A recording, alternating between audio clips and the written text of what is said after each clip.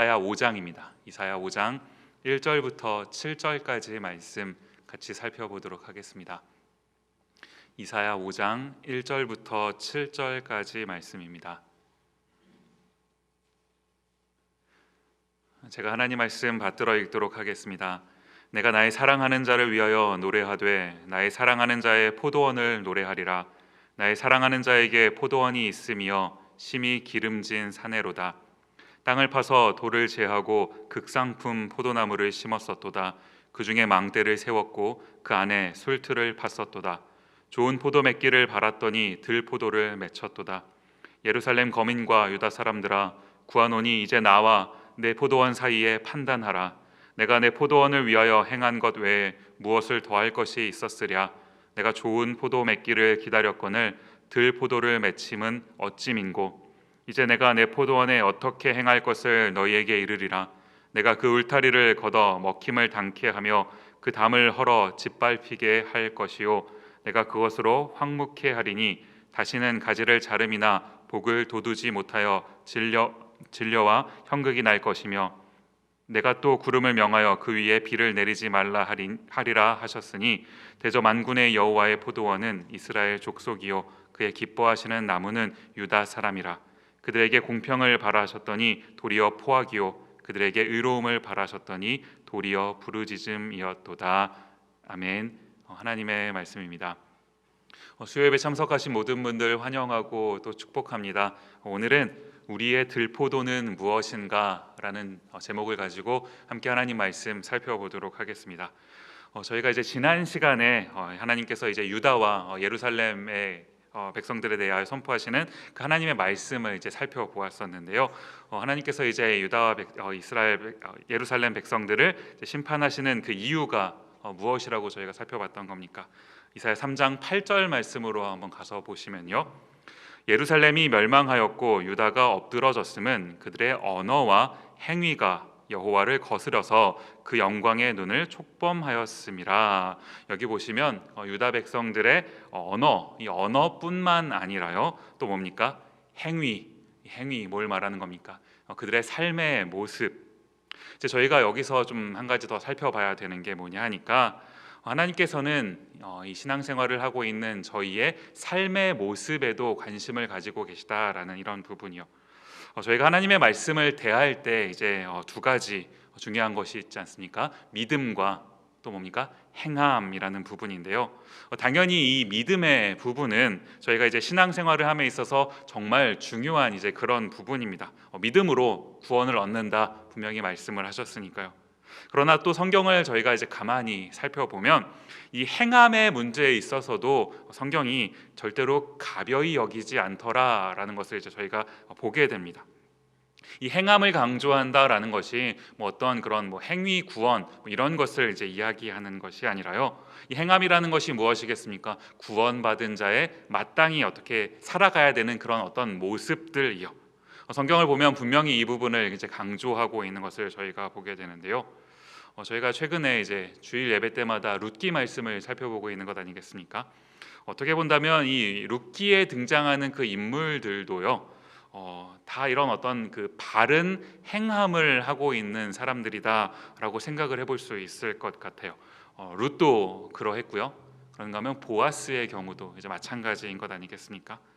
이제 이번 주일로 룻기 이제 강해가 이제 마무리가 됩니다. 마무리가 되는데요. 제가 이제 이 룻기에 나오는 어떤 그런 행함과 관련된 부분, 이 부분을 이제 조금 더 살펴봤으면 하는 그런 생각이 이제 들어서요. 다음 주일부터는 이제 룻기를 마치고 이번 주 말고 그 다음 주부터는 신약에 있는 야고보서 말씀을 가지고 주일마다 좀 이렇게 살펴보려고 하고 있습니다. 야고보서 말씀이요. 행함이 없는 믿음은 죽은 것이라. 사실 설교를 준비하는 저한테 있어서도 이제 굉장히 도전이 되면서도 때로는 좀 부담이 되기도 하는 이제 이런 세계이기는 한데요. 그러나 저희의 어떠한 그런 마음의 어떤 그것이 아니라 주님께서 무엇을 말씀하시고자 하는지 이제 그 은혜를 기다리면서 저희가 함께 살펴보았으면 좋겠습니다. 오늘 본문 이제 이사야서 말씀에도 보시면 이 행함에 관한 부분에 있어서 성경이 굉장히 강조하고 있는 것을 저희가 보게 됩니다. 이사야 3장 10절과 11절 말씀을 함께 보시면요. 너희는 의인에게 복이 있으리라 말하라. 그들은 그 행위의 열매를 먹을 것이미요 악인에게는 화가 있으리니 화가 있을 것은 그 손으로 행한 대로 보응을 받을 것임이니라. 지금 보시면 의인과 악인을 이제 구분을 하시면서요 말씀하시는 게 뭡니까? 행위의 열매, 또한 행한 대로. 이게 지금 뭘 말씀하고 있는 건가요? 그들의 삶이 어떠했는가라는 이 부분 아니겠습니까? 이 유다 백성들은요 그들의 삶의 모습, 이 행위의 문제에 있어서 하나님 보시기에 합당하지 않았다라는 거예요. 그래서 이제 저희가 지난 시간에 살펴봤던, 좀 무겁게 이제 살펴봤던 부분이 있지 않았습니까? 하나님께서 이제 이 유다 백성을 심판하시는 이제 이 내용을 저희가 지난 시간에 살펴보았었는데요. 이 심판의 이제 결과가 어떠했는지를 이사야 4장 1절 말씀이 이렇게 묘사를 하고 있습니다. 그날에 7 여자가 한 남자를 붙잡고 말하기를 우리가 우리 떡을 먹으며 우리 옷을 입으리니 오직 당신의 이름으로 우리를 칭하게 하여 우리로 수치를 면케 하라 하리라. 지금 보시면 7 여자와 한 남자가 이제 나오는데요. 지금 이 구도가 뭘 의미하는 거겠습니까? 이게 현대 지금을 살아가고 있는 저희한테는 이게 선뜻 와닿지 않는 지금 그런 상황인 건데요. 이게 지금 뭘 말하는 거냐 하니까요. 일단 그 비율이 좀 다르지 않습니까? 7 여자 또 한 남자. 이 남자가 극도로 부족한 상태. 어떨 때 이 남자가 극도로 부족해지겠습니까? 전쟁이 일어났을 때를 의미하게 되는 거죠. 지금 하나님께서 이 유다 백성들에게 이 전쟁이 임할 것을 지금 이제 말씀하고 예고하고 계시는 것 아니겠습니까? 이제 남자가 이제 극도로 부족해지니까, 전쟁에 나가서 다치기도 하고 죽기도 하고 하니까요.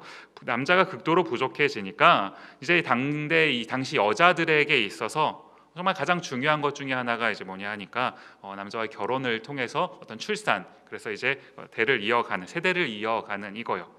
그런데 이제 남자가 너무나 부족해지다가 보니까 이제 어떤 일이 발생을 하게 됩니까?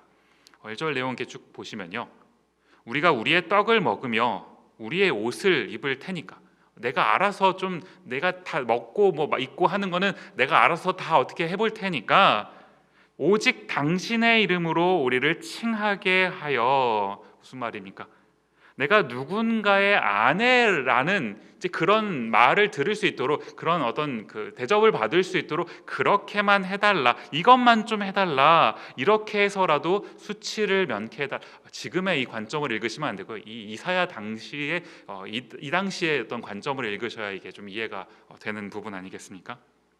지금 보시면 이게 이제 유다에게 곧 오게 될 그 심판의 메시지를 담고 있는 이제 그런 내용인 건데요. 저희가 이제 이사야서를 읽을 때 놓쳐서는 안 되는 거 한 가지가 이제 뭐냐 하니까, 하나님께서 분명히 이제 이 유다와 예루살렘 백성들에게 어떤 심판의 메시지를 쭉 선포를 하시는데, 그런데 그 심판의 메시지 중간중간에 하나님께서 어떤 그 은혜의 말씀을 남겨주시는 이런 부분들이요. 지금 4장에서 저희가 오늘 5장만 읽기는 했지만 4장도 조금 다루어 보고자 하는데요. 지금 4장 말씀이 이제 그런 부분을 다루고 있는 겁니다. 4장을요, 혹시 성경책이 있으신 분들은 이렇게 성경을 이렇게 한번 이렇게, 성경을 저희가 글씨를 읽는 것이 중요하니까 이렇게 가까이 늘 보는데요. 이렇게 그림을 보듯이 한번 이렇게 떨어져서 이렇게 한번 보시겠습니까? 이렇게 보시면 3장도 굉장히 길고요, 5장도 굉장히 긴데 4장은 좀 짧죠. 짧은, 확연히 좀 짧게 기록된 게 이제 4장입니다. 이 짧은 장을 통해서 하나님께서 뭘 말씀하고 계시고 싶은 걸까요? 3장도요, 또 5장도 굉장히 어떤 그런 무거운 말씀들을 이렇게 쭉 주십니다.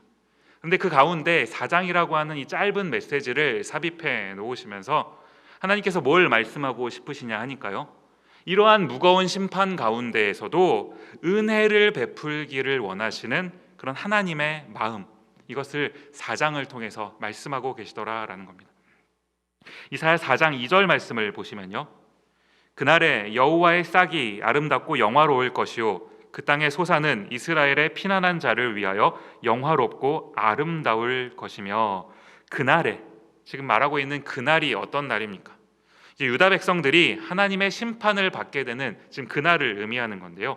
그날에 어떤 일이 생긴다고 말씀을 하고 계십니까? 중간에 보시면 여호와의 싹이 아름답고 영화로울 것이요. 지금 여기서 말하는 이 여호와의 싹이라는 거 뭘 의미하는 말씀일까요? 그날에 이제 하나님께서 유다 백성들을 심판하실 그날에 유다 백성들한테는 이제 어떤 아름다움도 없습니다. 하나님 보시기에 어떠한 아름다움도 없기 때문에 심판을 받게 되는 것 아니겠습니까? 하나님은 이제 그 유다 백성들의 언어와 행위를 보시고 그 행한 대로 보응을 받게 될 것이다 분명히 이제 말씀을 하셨잖아요. 이런 관점에서 본다면 지금 이 아름답고 영화로울 수 있는 이 여호와의 싹이라고 하는 것은 지금 어떤 그 사람들을 의미하는 것이 아니다라는 것을 저희가 이제 살펴보게 되죠. 그러면 이 여호와의 싹은 누구를 가리키는 말씀이겠습니까? 이사야서를 전체적으로 저희가 쭉 살펴보면 이사야가 계속해서 강조하고 있는 한 분이 있는 것 아니겠습니까? 구약의 선지자이지만 누군가를 계속해서 예표하고 있는 것이죠. 누굽니까? 이 땅에 오실 메시아, 그 메시아를 지금 의미하는 것 아니겠습니까? 지금 이 여호와의 싹이라고 하는 것은 그 오실 메시아를 의미하고 있는 그런 말씀인 겁니다. 이사야 4장 3절 말씀해 보시면요, 시온에 남아있는 자, 예루살렘에 머물러 있는 자, 곧 예루살렘에 있어 생존한 자 중 농명된 모든 사람은 거룩하다 칭함을 얻으리니, 지금 여기 보시면 시온에 남아있는 자, 또 예루살렘에 머물러 있는 자, 지금 이 말이 뜻하는 바가 무엇이겠습니까?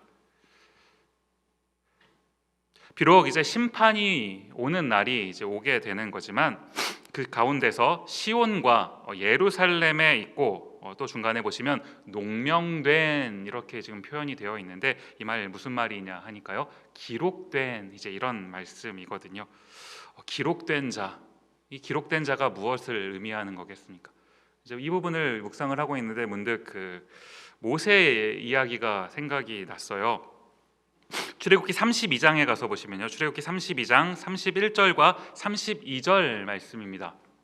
여호와께로 다시 나아가 여짜오되 슬프도소이다. 이 백성이 자기들을 위하여 금신을 만들어 싸우니 큰 죄를 범하였나이다. 그러나 합의하시면 이제 그들의 죄를 사하시옵소서. 그렇지 않사오면, 그 다음 보시면요, 원컨대 주의 기록하신 책에서 내 이름을 지워버려 주옵소서. 맨 마지막 부분이요, 주의 기록하신 책에서 내 이름을 지워버려 주옵소서. 뭘 말하는 겁니까? 지금 이 말은 주님께서 기록하시는 어떤 그 책, 상징적인 어떤 의미이겠죠. 그 이름이 그곳에 기록이 되면 이제 구원을 얻는 것이고, 그곳에 기록이 되지 않으면 이제 구원을 받지 못한다. 지금 이것을 말씀하고 있는 것 아니겠습니까? 지금 모세가 이 정도 각오로 이제 기도를 했다. 이것을 지금 강조하고 있는 부분인 건데요. 이제 이런 관점에서 본다면요, 오늘 본문에서 농명된, 기록된 이라는 말 무슨 말이겠습니까? 주의 그 기록하신 책에 기록된 사람들은 거룩하다 칭함을 받게 될 것이다 라는 이 말이라는 것입니다. 하나님께서 이제 유다 백성들을 심판하실 것이지만, 그러나 그때에도 그 마치 저희 그 여호수아서를 살펴보면 여리고성이 무너졌을 때 하나님께서 여리고성 전체를 무너뜨리셨지만 라합은 살려주셨잖아요. 마치 그런 것처럼 하나님의 은혜가 그때에도 임하게 될 것이다 라는 지금 이제 이 말씀을 주시는 것 아니겠습니까? 저희가 반복해서 이제 기억해야 하는 게 무엇이냐 하니까요, 하나님께서는 분명히 심판의 메시지를 선언하고 계시지만 그 가운데 그 진노 중에서라도 긍휼을 잊지 않으시는 우리 하나님의 모습이요, 이걸 살펴보면서 하나님의 은혜라는 것이 얼마나 큰 것인지를 저희가 생각해 보았으면 좋겠는 겁니다. 이제 이렇게 하고 이 짧은 4장에서의 어떤 그 은혜의 메시지를 하나님께서 선포해 주신 후에 이제 5장으로 넘어가게 되는데요. 저희가 이제 이 5장 말씀을 함께 살펴보면서 기억해야 하는 게 뭐냐 하니까요, 제가 질문을 한 개 드리면 이 5장 다음에 등장하는 것이 무엇이겠습니까? 너무 어렵게 생각하시면 안 되고요. 5장 다음에는 6장이 등장을 하게 되는 거죠. 이사야서는 이제 6장은요, 특히 이사야 6장은 굉장히 중요한 이제 장으로 알려져 있는 것 아니겠습니까? 이사야가 소명을 받게 되는 이제 그런 장이죠. 우시야 왕이 죽던 해 내가 본즉 주께서 높이 들린 보좌에 앉으셨는데 뭐 이러면서 6장이 멋있게 딱 시작을 하는 어떤 그런 장면이 이제 6장에서 쭉 기록이 됩니다. 하나님께서 이사야 선지자를 이제 부르시는 그 내용이 이제 6장에서 쭉 전개가 되는 건데요. 저희가 이제 다음 주에 이 6장 부분을 다시 한번 살펴보겠지만, 하나님께서 이사야라고 하는 선지자를 부르신 그 이유가 무엇입니까? 저희가 생각을 해보면요, 지금 유다와 예루살렘 백성들이 잘못을 했습니다. 누군가가 잘못을 했는데 하나님께서 선지자를 부르셨어요. 그러면 이제 보통의 상식적인 경우라고 한다면요, 빨리 가서 저기 잘못하고 있는 사람들이 잘못하고 있으니까 너희 잘못하고 있다라는 나의 메시지를 그들한테 전달해서 그들이 듣고 회개하게끔 해라, 뭐 이런 이제 의도를 가지고 하나님께서 선지자를 부르시는 거, 이게 이제 보통의 경우인 것 아니겠습니까? 그런데 이 이사야는 조금 다른 거죠. 하나님께서 이사야를 부르신 그 부르심의 목적, 이사야 6장 9절과 10절 말씀을 저희가 이번 주에 한번 살짝 먼저 보시면요, 여호와께서 가라사대 가서 이 백성에게 이르기를 너희가 듣기는 들어도 깨닫지 못할 것이요 보기는 보아도 알지 못하리라 하여 이 백성의 마음으로 둔하게 하며 그 귀가 막히고 눈이 감기게 하라. 염려컨대 그들이 눈으로 보고 귀로 듣고 마음으로 깨닫고 다시 돌아와서 고침을 받을까 하노라. 쉽게 말하면 보지 못하게 하고 듣지 못하게 하려고 이사야를 부르셨다라는 겁니다. 왜 그렇습니까? 혹시라도 듣고 돌이켜서 회개할까 봐. 이게 굉장히 당황스러운 이제 그런 장면 아니겠습니까? 저희에게 지금 저희가 이 본문, 이 말씀을 어떻게 이것을 해석을 해야 되는 것이 맞겠습니까? 이제 오늘 저희가 함께 살펴보려고 하는 이 5장 말씀을 저희가 살펴보는 것이 굉장히 중요한 건데요. 이 5장 말씀은 저희 이사야 1장부터 이제 오늘 5장까지 이 전체 내용의 어떤 그 소명장 이전까지의 내용의 작은 결론과 같은 어떤 그런 부분이거든요. 이 부분을 살펴보면 저희 오늘 5장의 그 내용을 저희가 자세히 한번 보면, 하나님께서 왜 유다 백성들에게 이와 같은 마음을 가지셨는지를 저희가 이제 알 수 있게 되는 겁니다. 이런 관점으로 저희가 이 5장 말씀을 한번 살펴보았으면 좋겠는데요. 5장 말씀에 보시면, 지금 성경책이 있으신 분들 한번 5장에 그 시작되는 1절 위에 그 단락의 제목이 이제 기록되어 있는 것을 저희가 보게 되는 것 아니겠습니까? 뭐라고 적혀 있습니까? 포도원의 노래, 이렇게 이제 적혀져 있습니다. 어떤 그 포도원에서 있었던 그런 일들을 통해서 하나님께서 어떤 말씀을 쭉 전개해 나가시는 건데요. 이제 이 포도원에서 어떤 일이 있었는지, 또 이것이 의미하는 바가 무엇인지 저희가 함께 살펴보도록 하겠습니다. 이사야 5장 1절 말씀을 보시면요, 내가 나의 사랑하는 자를 위하여 노래하되 나의 사랑하는 자의 포도원을 노래하리라. 나의 사랑하는 자에게 포도원이 있으며 심히 기름진 사내로다. 지금 보시면 딱 한 절 말씀인데요, 이 짧은 한 절 말씀 가운데 3번이나 반복되어 있는 이 똑같은 표현, 뭔지 이제 보시죠. 나의 사랑하는 자라는 표현, 이것이 계속 반복되는 것 아니겠습니까? 여기서 말하는 나는 이제 하나님을 가리키는 표현이고요, 사랑하는 자는 이제 유다 백성들을 의미하는 그런 말입니다.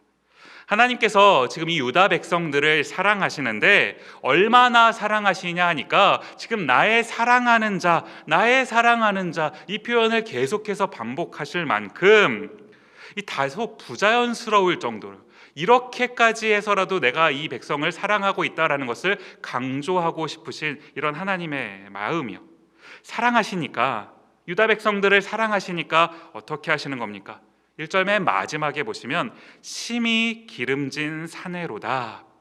그 사랑하는 자의 포도원이 심히 기름진 산에 있다라는 것. 하나님께서 허락해 주시지 않으면 이것이 이제 불가능한 그런 것 아니겠습니까?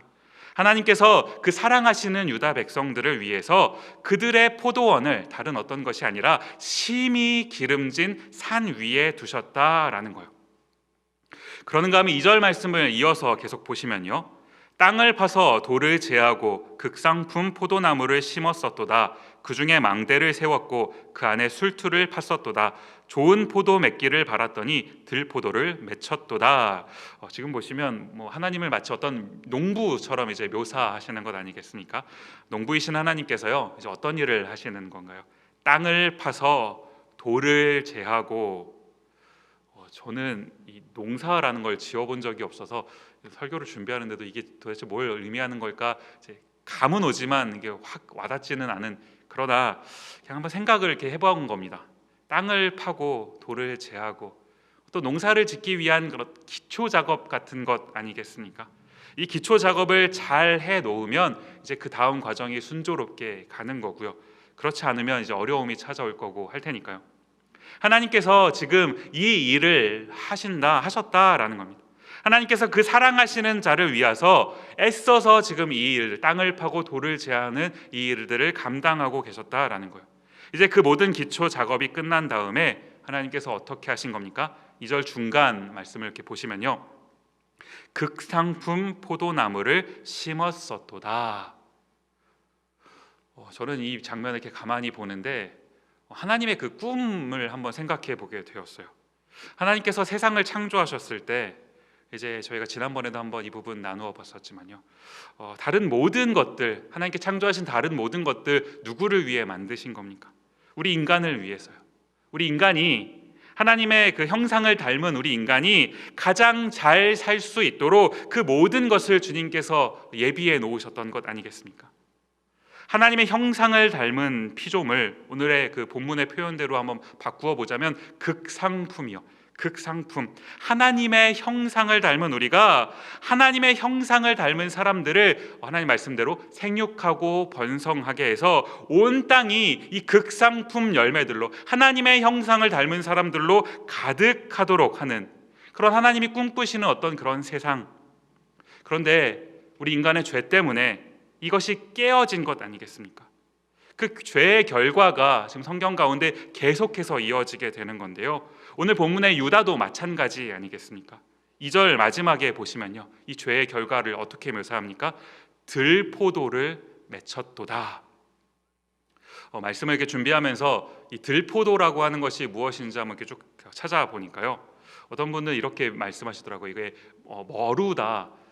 포도와 이 머루의 차이를 아시는 분들도 저는 이게 잘 모르겠습니다만은 이 머루라고 해석하시는 분들 계시더라고요. 이 머루라는 거는 그냥 이렇게 특별히 딱히 관리하지 않아도 그냥 알아서 잘 자라는, 이제 이런, 그래서 이제 들포도다 이렇다고 말씀을 하시는데요, 이제 지금 이렇게 본다면 하나님께서는 극상품 포도나무를 심으셨는데 결과는 극상품 포도가 나온 게 아니라 머루라고 하는 다른 것이 나왔다라는 거예요. 하나님께서 그토록 공을 들이셨는데 유다 백성들에게 있어서의 결과물이 어떻다라는 겁니까? 전혀 다른 것이 나왔다라는 거죠.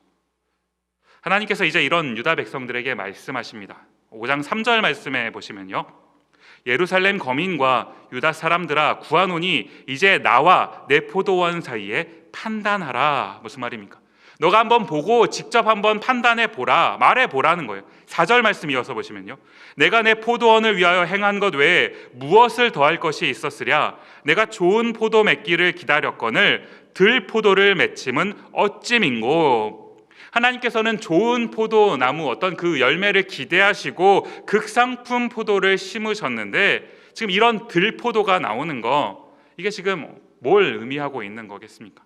하나님의 잘못이 아니라는 거죠. 하나님은 최선을 다하셨고 최고의 것을 심으셨는데 전혀 다른 것을 맺어버린 거, 이것은 유다의 잘못이다라는 말씀 아닙니까? 이사야 5장 7절 말씀 보시면요, 대저 만군의 여호와의 포도원은 이스라엘 족속이요 그의 기뻐하시는 나무는 유다 사람이라. 그들에게 공평을 바라셨더니 도리어 포악이요 그들에게 의로움을 바라셨더니 도리어 부르짖음이었도다. 지금 하나님께서 말씀해 주고 계시는 이 포도원의 비유가 무엇인지를 하나님께서 직접 설명을 해주고 계시는 지금 그런 장면 아니겠습니까? 그 기뻐하시는 극상품의 나무, 포도나무는 유다였는데요, 그런데 그들의 결과물, 그들의 행위는 어떠했다라는 겁니까? 들포도를 맺었다라는 거예요. 이제 이 들포도라는 것을 저희가 어떤 그 상징적인 표현으로요, 이 유다 백성들의 그 잘못된 어떤 그 행위, 행함이라고 이제 생각해 볼 수가 있는데요. 이 지금 하나님께서 유다 백성들에게 지적하고 계시는 이 들포도라고 하는 것이 무엇을 의미하는 것인지를 오늘 이 5장 본문을 통해서 저희가 짧게 한번 살펴보고자 하는데, 총 5가지로 한번 이것을 나누어서 살펴보려고 합니다. 하나하나 이렇게 살펴보실 때요, 이 들포도, 하나님께서 유다 백성들에게 지적하시는 이 들포도가 오늘 우리에게는 어떤 의미를 갖는가, 오늘 나에게는 어떤 의미를 갖는가, 이제 이런 관점으로 한번 살펴보셔도 좋을 것 같습니다. 먼저 첫 번째 들포도가 뭐냐 하니까요, 이사야 5장 8절 말씀에 보시면요, 가옥에 가옥을 연하며 전토에 전토를 더하여 빈틈이 없도록 하고 이 땅 가운데서 홀로 거하려 하는 그들은 화 있을진저. 지금 이게 뭘 의미하는 거겠습니까? 가옥에 가옥을 더하고 집에 집을 더하고 빈틈이 없게끔 만들고, 그 다음에 어떻게 합니까? 그 가운데서 홀로 거하려 하는 그들. 이게 지금 뭘 의미하는 거겠습니까? 감이 조금 이렇게 오시나요? 집을 모아서요, 빈틈이 없이 만들고 그 모든 것에서 나 혼자 살겠다라는 것, 나 혼자만 잘 먹고 잘 살면 된다라고 하는 그런 사람들을 의미하는 것 아니겠습니까? 마치 어떤 그런 부동산 투기를 하는 것 같은 그런 거죠. 다른 사람들은 지금 집이 없어서 살기가 힘든 그런 힘든 삶을 살아가고 있는데, 나만 빈틈없이 다 채워져서 나만 넉넉하게 있으면 그러면 괜찮다라는, 그럼 됐다라고 하는 지금 이러한 삶의 태도요. 하나님께서 지금 이런 유다 백성들의 모습을 어떻게 하신다는 건가요? 이어지는 9절 말씀을 보시면요, 만군의 여호와께서 내 귀에 말씀하시되 정령이 허다한 가옥이 황폐하리니 크고 아름다울지라도 거할 자가 없을 것이며, 크고 아름다울지라도, 그 다음 보시면 거할 자가 없게 하시며. 이 말씀을 저희가 함께 살펴보면서요, 하나님께서 무엇을 저에게 좀 깨닫기를 원하시는지, 저희가 무엇에 관심을 기울여야 하는지 한번 생각해 봐야 되는 것 아닌가, 이런 생각을 해보게 됩니다. 아무리 많이 모아도요, 아무리 내가 빈틈없이 준비를 해도 거할 자가 없게 하시며, 주님의 한마디 말씀이면 아무것도 안 되는 것 아니겠습니까? 우리가 무엇에 초점을 맞춰야 되는지 생각해 보면 좋을 것 같습니다. 그런가 하면 두 번째 들포도는 뭐냐니까요, 11절 말씀입니다. 아침에 일찍이 일어나 독주를 따라가며 밤이 깊도록 머물러 포도주에 취하는 그들은 화 있을진저. 지금 보시면 어떤 그 술에 취한다라는 이런 부분이 이제 등장을 하는 건데요, 이 술에 취한다라는 게 뭘 의미하는 거겠습니까? 그 에베소서 말씀을 보시면 이 술 취함과 성령 충만을 이제 대조적으로 하나님께서 말씀을 통해 가르쳐 주고 계시는 것을 저희가 보게 되는데요, 이 취한다, 성령 충만, 이것이 뭘 의미하는 거겠습니까? 우리의 삶이 무엇에 영향을 받고 살아가고 있는가, 이것을 강조하는 부분 아닌가요? 저희가 성령으로 충만하지 않으면요, 성령의 영향을 받고 살아가지 않으면 취해 산다고요. 다른 것에 취해서 살아가게 된다라는 말. 꼭 술에 취해서 살아가는 것처럼, 너무 다 거룩하신 분들이어서 술 취함이 뭔지 잘 모르실 것 같아서 설명을 드려도 잘 이해를 못하실 것 같기는 하지만, 영향을 받고 살아가는 그것을 의미하는 것 아니겠습니까? 영향을 받고 휩쓸려서 살아가는 거예요. 이사야 5장 12절 말씀 보시면요, 그들이 연회에는 수금과 비파와 소고와 저와 포도주를 갖추었어도 여호와의 행하심을 관심치 아니하며 그의 손으로 하신 일을 생각지 아니하는도다. 중간에 보시면 여호와의 행하심을 관심치 아니하며, 무슨 말입니까? 다른 것에 정신이 팔려가지고요, 하나님께서 하시는 그 일, 하나님의 행하심에는 관심이 없다라는 거예요. 지금 이러한 삶을 살아가는 거, 지금 이것이 유다의 들포도였다라는 것 아니겠습니까? 세 번째 들포도는요, 19절 말씀입니다. 그들이 이르기를 그는 그 일을 속속히 이루어 우리로 보게 할 것이며 이스라엘의 거룩한 자는 그 도모를 속히 임하게 하여 우리로 알게 할 것이라 하는도다. 이게 읽으면 선뜻 이해가 안 가는 지금 이제 그런 부분인데요, 제가 이제 이 부분을 새번역 성경으로 보니까 조금 더 이해가 쉽더라고요. 그래서 새번역 성경으로 다시 한번 읽어보도록 하겠습니다. 이 19절 말씀을 새번역 성경으로 보시면요, 기껏 한다는 말이 하나님더러 서두르시라고 하여라. 그분이 하시고자 하시는 일을 빨리 하시라고 하여라. 그래야 우리가 볼 게 아니냐. 계획을 빨리 이루시라고 하여라. 이스라엘의 거룩하신 분께서 세우신 계획이 빨리 이루어져야 우리가 그것을 알 게 아니냐 하는구나. 지금 이게 무슨 말입니까? 하나님께서 이 선지자들을 부르셔서 이제 말씀하신 어떤 선포하신 내용들이 있는 것 아니겠습니까?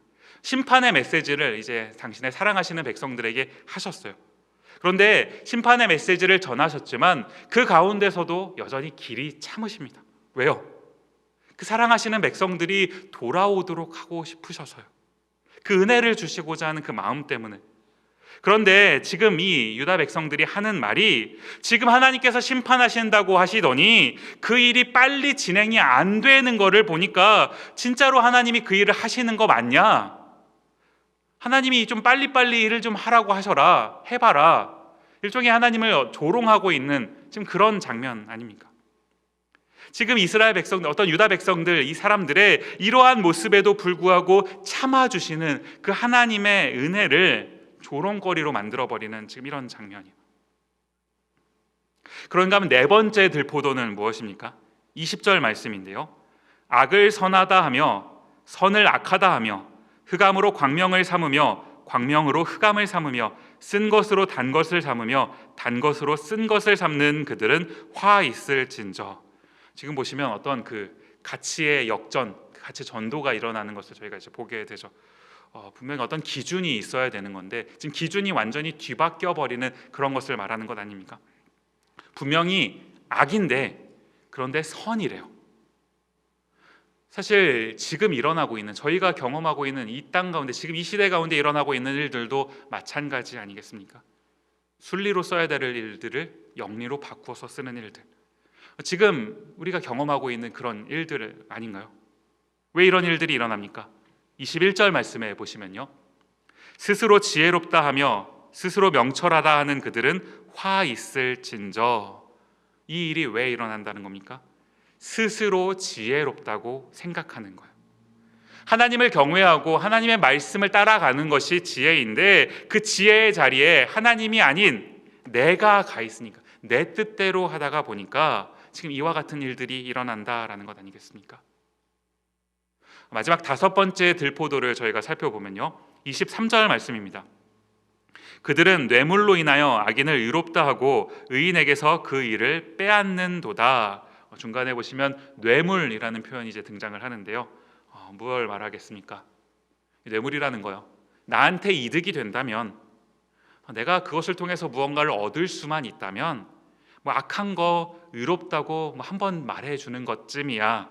아무렇지도 않게 이 일을 하는 거, 이 일 때문에 내가 뇌물을 받고 어떤 일들을 바꾸어 버리는 그 일 때문에 누군가는 그것 때문에 피눈물을 흘리게 되는 그런 일이 발생을 하게 되는데 그런 걸 보고도 꿈쩍하지 않습니다. 왜요?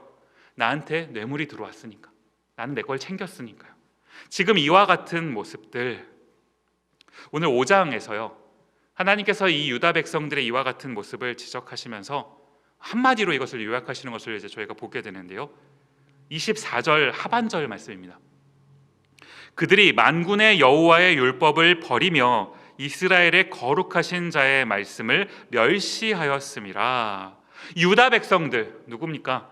하나님께서 극상품으로 심으신 그 극상품 포도나무인 유다 백성들이 하나님의 말씀을 이토록 처참하게 버려버린 거예요. 멸시해버린 거예요. 하나님은요 이 유다 백성들이 그럼에도 불구하고 사랑하셨기 때문에 돌아오기를 끝없이 바라셨던 것 아니겠습니까? 그런데 하나님의 그 끝없는 기회에도 불구하고 끝까지 이 말씀을 버리는 이 유다 백성들의 이 마음, 이 모습, 왜 하나님께서 이사야 선지자를 부르시면서 유다 백성들이 돌아오지 못하도록 지금 그런 말씀을 하고 계시는 건지, 지금 이 유다 백성들의 상태를 저희가 본다면 이해할 수 있는 것 아니겠습니까?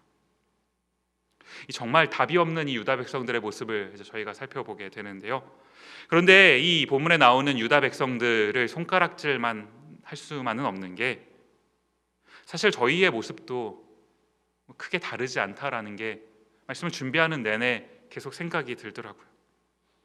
욕심 부리고 다른 것에 취해 살고요, 홀려 살고요, 내가 마치 하나님인 양 내 뜻대로 내 소견에 오른 대로 살아가 버리고 삶에서 무엇이 선인지 무엇이 아닌지 악인지 그 기준을 잃어버리고 내 맘대로 살아가는 모습.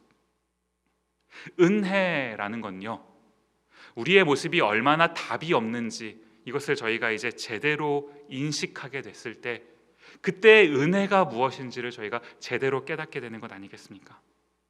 저는 오늘 이 찬양을 함께 고백하는 것으로 설교를 마무리하고 싶은데요, 찬송가 하나님의 은혜로라는 찬양이에요. 이 찬양의 가사를 이렇게 쭉 보시면 그 중간에 가사가 이렇습니다. 하나님의 은혜로 있을 데 없는 자 왜 구속하여 주는지 난 알 수 없도다. 있을 데 없는 자를 왜 구속하여 주는지 난 알 수 없도다. 저희는 그 이유를 알 수 없지만 이 찬양의 가사가 고백하고 있는 한 가지 무엇입니까? 하나님의 은혜로라는 거예요. 이것을 은혜라고 고백할 수 있는 것은 내가 얼마나 답이 없는지를 아는 거거든요. 내가 얼마나 답이 없는 존재인지를 깨닫는 것, 이것을 깨달아야지만 하나님의 은혜가 무엇인지를 저희가 알게 되는 것 아니겠습니까? 나의 들포도가 무엇인지 한번 생각해 보았으면 좋겠어요. 하나님께서 유다 백성들에게 말씀하신 그 들포도가 오늘 우리의 들포도이기도 한 거거든요. 나는 어떤 들포도를 가지고 있는가? 그런데 이런 들포도를 맺는 나인데 그럼에도 불구하고 나에게 은혜를 베풀어 주시기를 원하시는 하나님, 이 들포도 또 하나님의 은혜, 이 두 가지를 저희가 함께 생각해 보시면서요, 이 하나님의 은혜가 어떠한 것인지를 저희가 한번 다시 기억해 보았으면 좋겠습니다. 함께 찬양하도록 하겠습니다.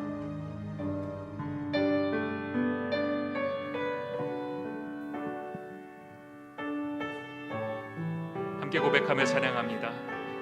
하나님의 은혜로, 하나님 있을 데 없는 자, 있을 데 없는 자 왜 구속하여 주는지, 왜 구속하여 주 난 알 수 없도다. 난 알 수 없도 내가 믿고 또 의지함은 내가 믿고 또 의지 내 모든 형편 내 모든 형편 잘 아는 주님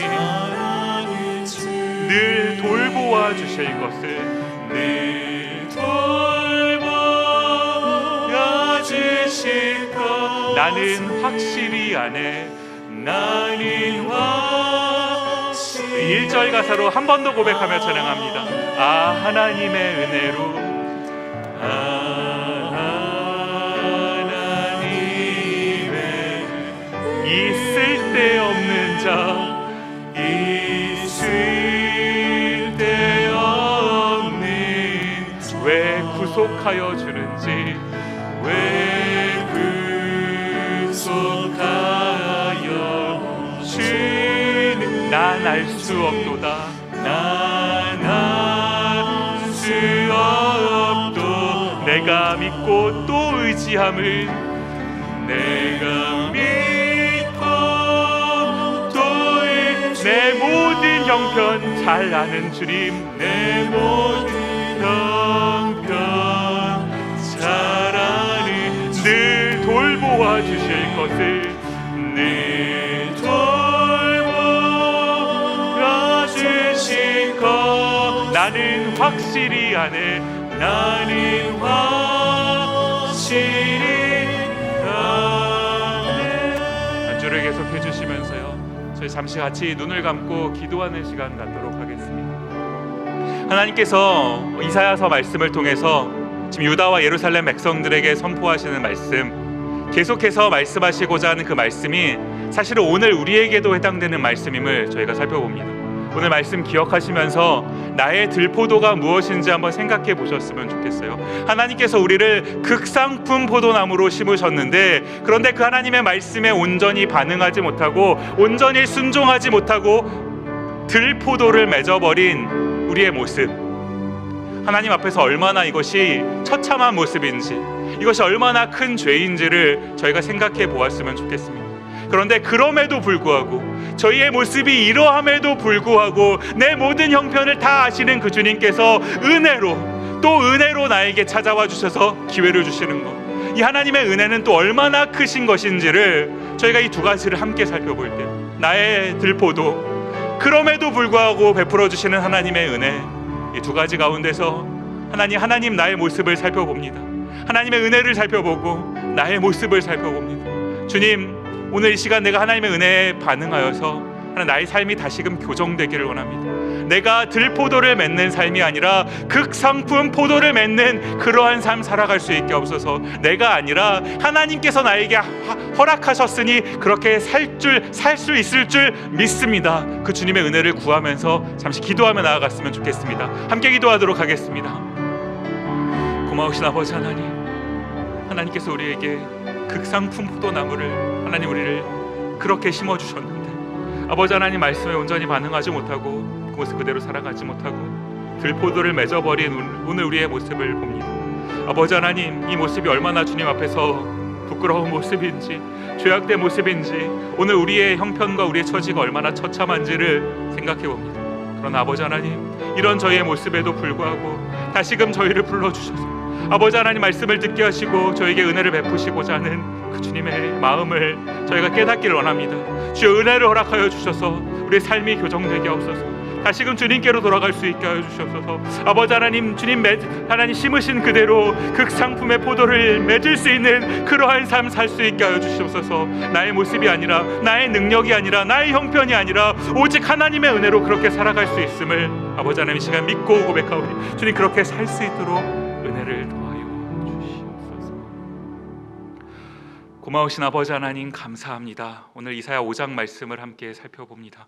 아버지 하나님, 하나님께서 우리를 얼마나 사랑하시기에 극상품 포도나무를 심어주셨는데, 그것을 심으시기 위해서 주님께서 얼마나 많은 애를 쓰셨는지를 저희가 말씀을 통해서 상징적으로 살펴보면서 하나님의 사랑이 얼마나 큰지를 저희가 보았는데, 그러나 그런 하나님의 사랑에 온전히 반응하지 못하고 들포도를 맺어버린 이 유다의 모습, 사실 이 모습이 오늘 저희의 모습이기도 함을 고백합니다.